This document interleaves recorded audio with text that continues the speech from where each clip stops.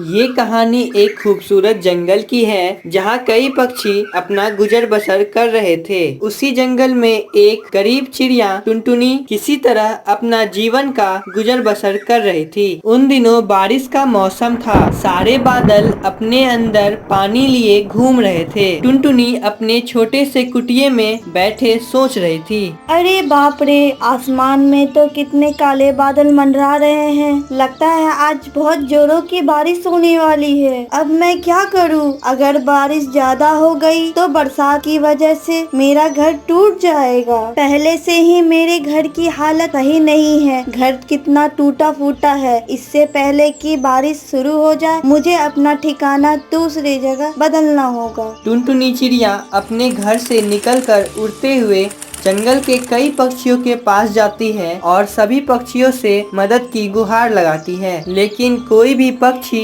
अपने घर में टुनटुनी चिड़िया को रहने नहीं देता। आखिरकार थक हार कर टुनटुनी चिड़िया अपने घर वापस आ जाती है। तभी बारिश शुरू हो जाती है और बारिश इतनी तेज होती है कि उसकी वजह से टुनटुनी चिड़िया का घर पूरी तरह टूटकर पानी में बह जाता है। घर के बह जाने के कारण टुनटुनी चिड़िया एक पेड़ की एक डाल पर बैठ जाती है और बारिश में ही भीगने लगती है। अरे ये कितनी तेज बारिश हो रही है, कितनी ठंड पानी है। अरे बादलों, सारा बारिश आज ही कर लोगे क्या? कोई है आसपास? मेरी मदद करो, मेरी मदद करो। बारिश इतनी तेज थी कि टुनटुनी लगातार भीगते ही जा रही थी। इन बरसात के मौसम में कोई भी पक्षी उसे बचाने को नहीं आया। तभी आसमान से एक बादल उड़ते उड़ते टुनटुनी चिड़िया के पास आता है।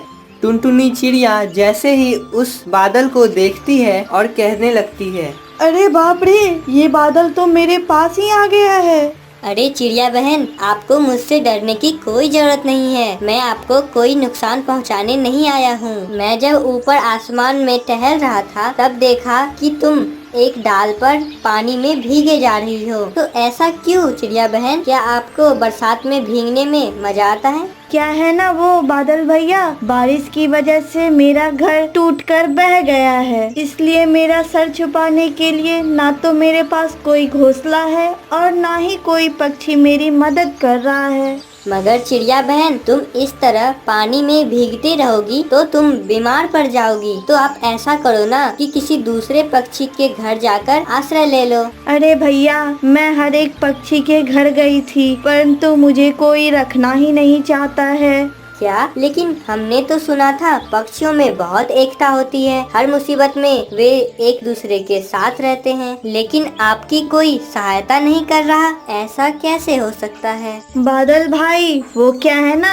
समय के साथ हर चीज बदलती ही जाती है। तो चिड़िया बहन, आप किसी मजबूत लकड़ी से अपना घर बना लीजिए ताकि आपको बरसात के पानी से कभी कोई समस्या न आए। बादल भाई, मैंने आपको कहा ना, समय के साथ हर चीज बदल जाती है। पहले तो इस जंगल में सभी कुछ मुफ्त में मिलती थी। जब से ये दौर बदला है तब से पक्षियों ने अपने इलाकों को बांट लिया है। जहाँ मजबूत लकड़ियाँ हैं, वहाँ कुछ दमदार पक्षियों ने डेरा डाल रखा है और वे लोग मजबूत लकड़ियों को काफी ऊंचे दामों में बेचते हैं। क्या जंगल में इतने सारे बदलाव हो गए हैं? यहाँ तो कुछ ज्यादा ही। तो फिर आप क्या करोगी चिड़िया बहन? आपका तो घोंसला बनाना बहुत मुश्किल है। क्या करूँ बादल भाई, लगता है मेरे भाग्य में यही सब लिखा होगा। इसलिए तो मुझे बचपन से ही किसी का सहारा नहीं मिला है और ना ही किसी ने मेरा कभी हाथ थामा है। अब तो मुझे ऐसी समस्याओं से निपटने का आदत सा हो गया है। चिड़िया बहन, आपको इस तरह तकलीफ में देखकर मुझे तकलीफ हो रही है। आप एक काम करो, आप मेरे ऊपर ही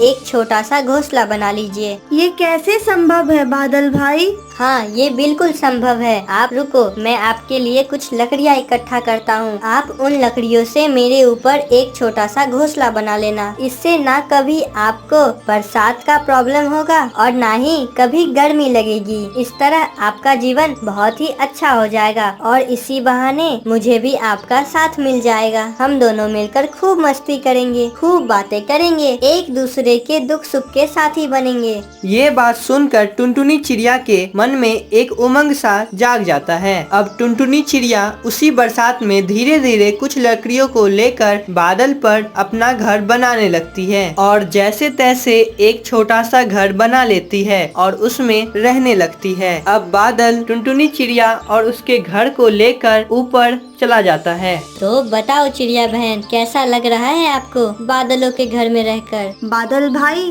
सच कहूँ तो मुझे बहुत मजा आ रहा है। इसके लिए आपका बहुत बहुत शुक्रिया जो आपने मेरे लिए इतना सब कुछ किया है।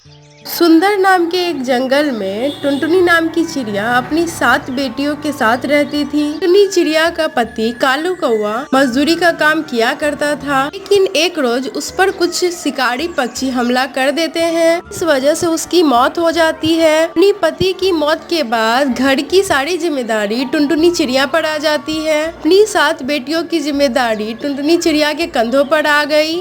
हे ऊपर वाले, ये अन्याय क्यों किया तूने मेरे साथ? अब ये जिम्मेदारी मैं अकेले कैसे पूरी करूंगी? टुनटुनी चिड़िया उसी कोयले भट्टी में काम मांगने गई जिसमें उसका पति मजदूरी किया करता था। अपने पति की मौत के बाद 7 बच्चों की जिम्मेदारी मुझे ही निभानी है और वैसे भी मजबूरी पक्षियों से भारी काम करवा देती है।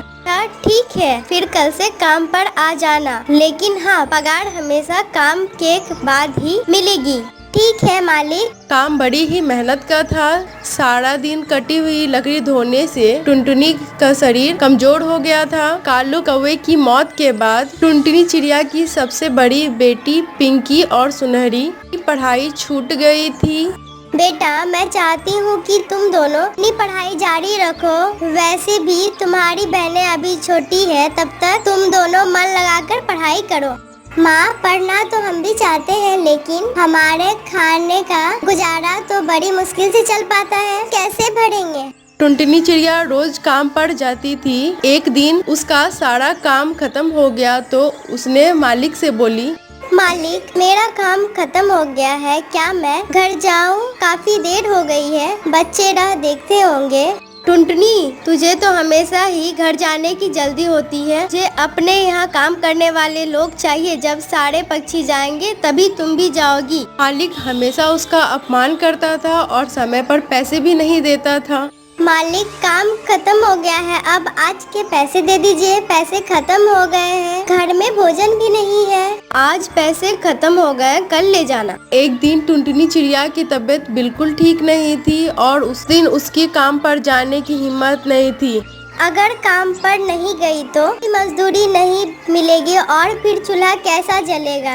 ऐसा सोचकर टुनटुनी उठी और काम पर चली गई। लेकिन उस दिन तबीयत खराब होने के कारण और तेज धूप में काम करने से ही उसे चक्कर आ जाते हैं और सारी लकड़ियाँ उसके ऊपर गिर जाती है। उसके पैर से काफी खून बहने लगता है। उसकी चीख से बाकी सब मजदूर पक्षी आ जाते हैं। अरे इसके तो चोट लग गई है भैया। अरे इसके पैर से काफी खून आ रहा है। मेरी सारी लकड़ियाँ बर्बाद कर दी तूने। मैंने तुझसे कहा था ना, यह तेरे बस की बात नहीं है। मुझे माफ कर दो मालिक, आज तबीयत खराब है इसलिए चक्कर आ गया था और सारी लकड़ियाँ मुझ पर गिर गई। मुझे माफ कर दीजिए मालिक। चल अब निकल तू यहाँ से। मालिक, कुछ पैसे दे दीजिए, अपनी इलाज करवा लूंगी और बच्चों को खाना खिला दूंगी।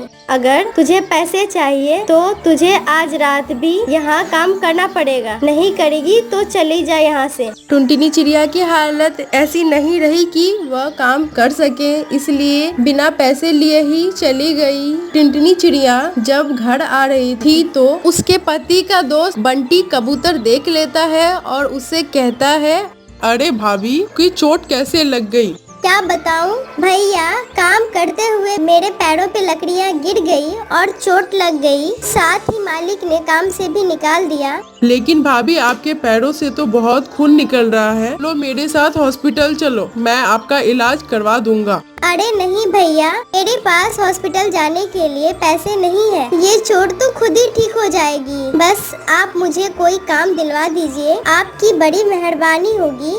अच्छा भाभी, पहले तो आप ये पैसे रखिए और अपने चोट को ठीक करिएगा। और मैं एक सेठ को जानता हूँ, वहाँ घर का काम कर लेना, जिससे आपको कुछ पैसे मिल जाएंगे और आपके घर का गुजारा चल जाएगा। आपका बहुत बहुत शुक्रिया बंटी भैया, आप मुझे उनका पता दे देना, मैं कल ही उनके यहाँ काम पर चली जाऊंगी। अगली सुबह से ही टुनटुनी चिड़िया कड़कनाथ सेठ के घर काम करने लगती है। ऐसे ही कुछ दिन बीत जाते हैं। टुनटुनी चिड़िया के दोनों बड़ी बेटियां जब टुनटुनी को ऐसे मेहनत करती हुई देखती है तो वह आपस में कहती है, पिंकी दीदी, हमें लगता है कि माँ की मदद करनी चाहिए। माँ बहुत थक जाती है ना।